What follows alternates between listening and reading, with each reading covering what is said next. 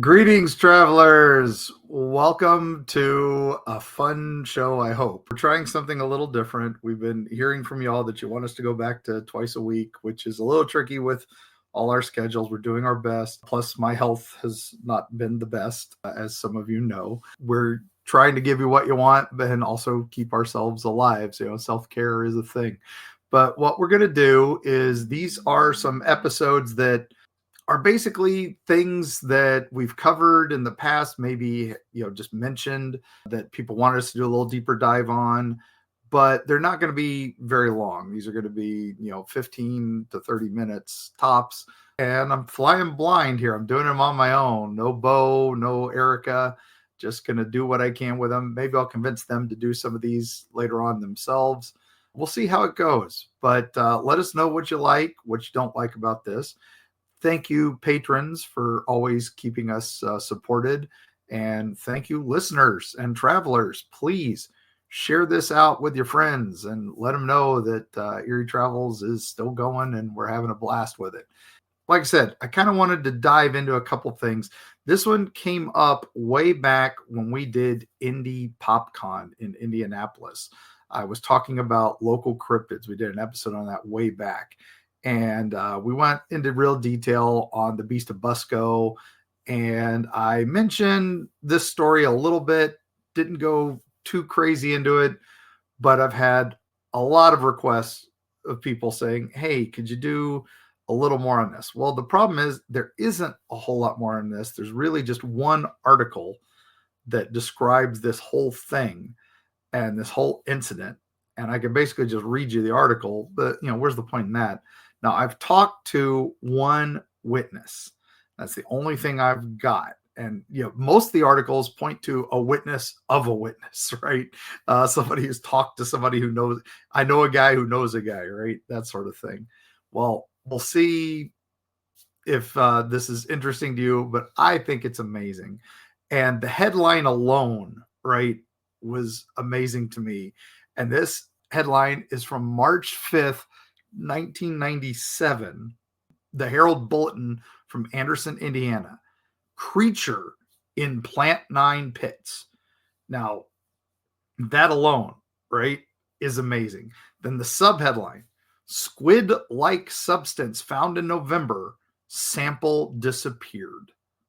Oh my gosh. So what? So we have to take the Wayback Machine, which going to be a little weird. Carrie's not here to drive and all them, but at least I don't have to worry about snacks for Bo. But we're going to go back to November 1996. Now, doesn't sound like too long ago, but it's a good distance. Older than one of my kids and almost as old as the other one. Indiana Department of Environmental Management had a memo, right, that this said that there was a creature of unknown origin or type that had been found in the sludge pits at the Delphi Interior and Lighting Systems plant number 9. Now, Anderson, Indiana was a big town in the early 90s for manufacturing, right? It's basically most of Indiana, as you know, if you drive through Indiana, it's a lot of cornfields, a lot of, nothing except for Indianapolis. And then the factory towns. And this was, what became the Rust Belt and all that. So Delphi is GMC Delphi, so they're making Jeeps. And there were so many plants, they were just known by their numbers. Plant number 5, you take a left at plant number 6, you go do this when you're living in that area. But here's plant number 9, right? And what they made was bumpers and the lighting systems for Jeeps. Now, these were the major employers in town.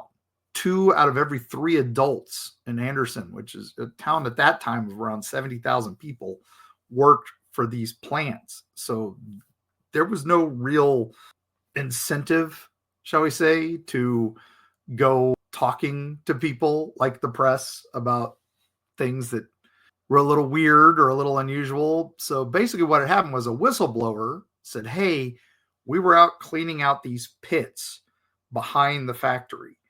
And when we started getting into them, and it was filled with this just toxic sludge, something was living in it and moving in it. And they described it as squid-like creatures. And some of them may have even had human eyes. So that's actually quoted in this article. 6 to 8 inches long with tentacles. And this was a 30-year plant veteran talking about this. So obviously, no real reason to talk about this, right? So this all leaked out from a memo from the Environmental Protection Agency and IDEM, which is the Indiana Department of Environmental Management. And so General Motors workers are just trying to figure out what the heck this stuff is. And so they did it. Now, so that pit, the workers said, contained antifreeze stripper, paint stripper, oil, and polyol, which is this chemical mixture is used in the formation of plastic bumpers. When they said that that pit, when they first found them, had several of these creatures, and one was taken out and it started acting weird, so they killed it. And that's terrible. But I can imagine this thing trying to wrap itself around somebody's hand and them going, and smashing it. And then they put the sample in a jar and took it in because they were like, what the hell is this? They wanted to make sure that, the guy who got attacked by it basically was safe and all that. I'm picturing a scene right out of 77 Alien, right? This is crazy. One of the other workers is like, it's a shock that anything was able to survive in that pit, but there were several of them swimming around in. What Sharon Morton, who was a spokeswoman for the plant in Detroit, said that when they were draining water from the pit, they found a bacterial growth. And that's all it was. That this was the type of bacteria that would form when organic matter is placed in fresh water. We consider it harmless. And she said the fresh water got into the pit when a sprinkler line broke. That's their cover story for this, right? And now, the sample collected November 15th of 1996 disappears sometime in early December.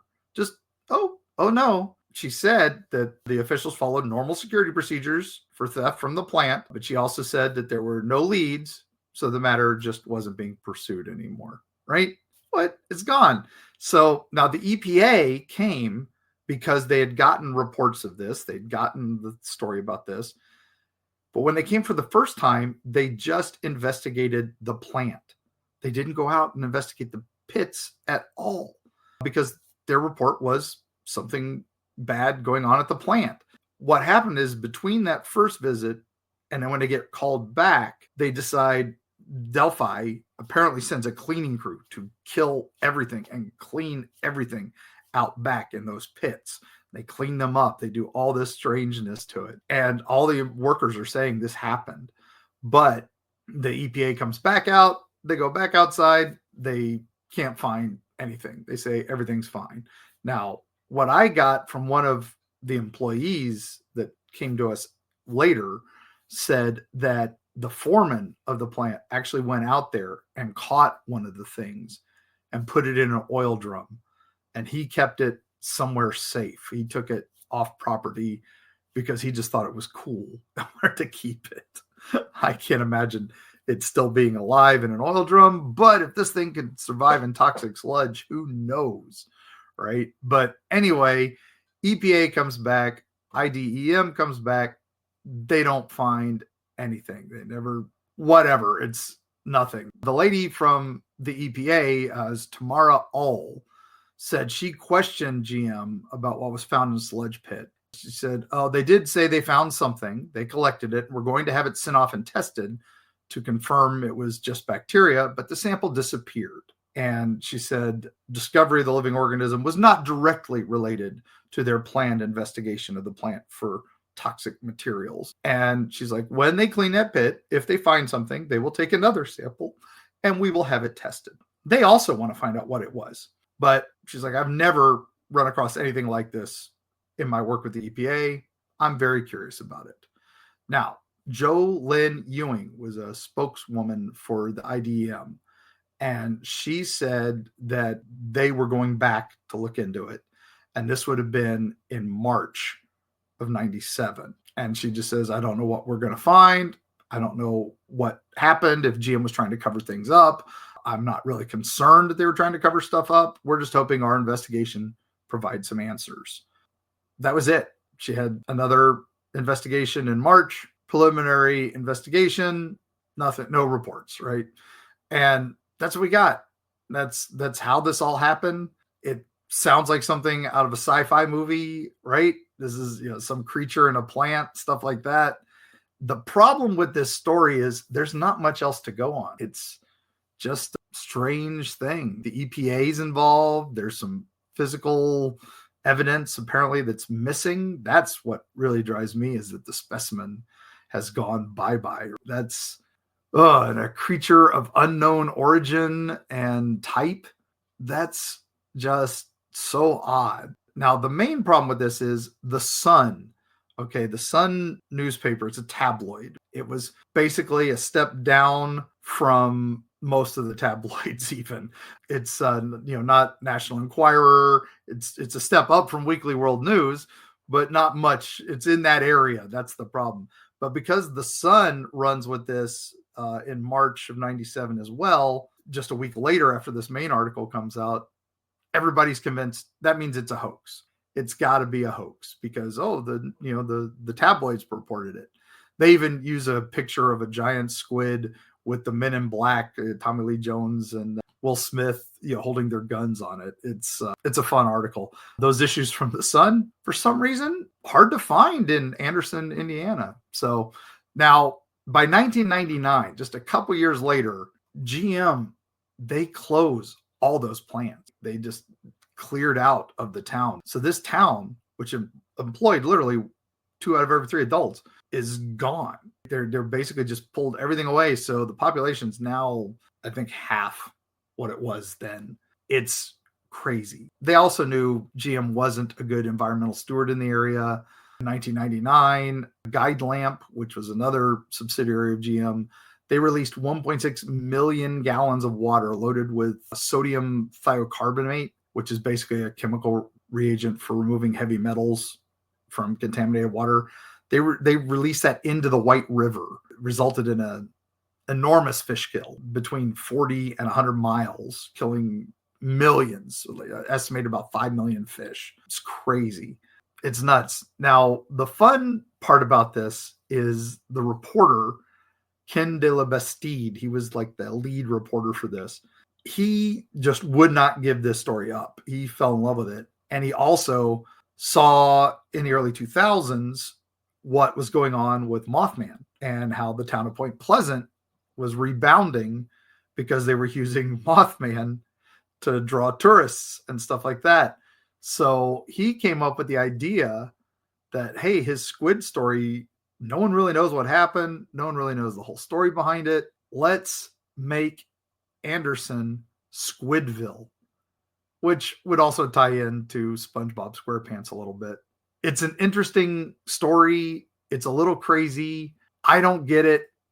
I'm not quite sure what it all is, but let's talk about the deep sea real quick and some of these creatures that are out there. We've found new species all the time in the deep sea. We have found strange ecosystems down there. The deeper we get, more bioluminescent and other strange things we're finding. We're finding, giant colossal squids, which were, when I was a kid, the Kraken was a mythological creature. Now, we've seen them.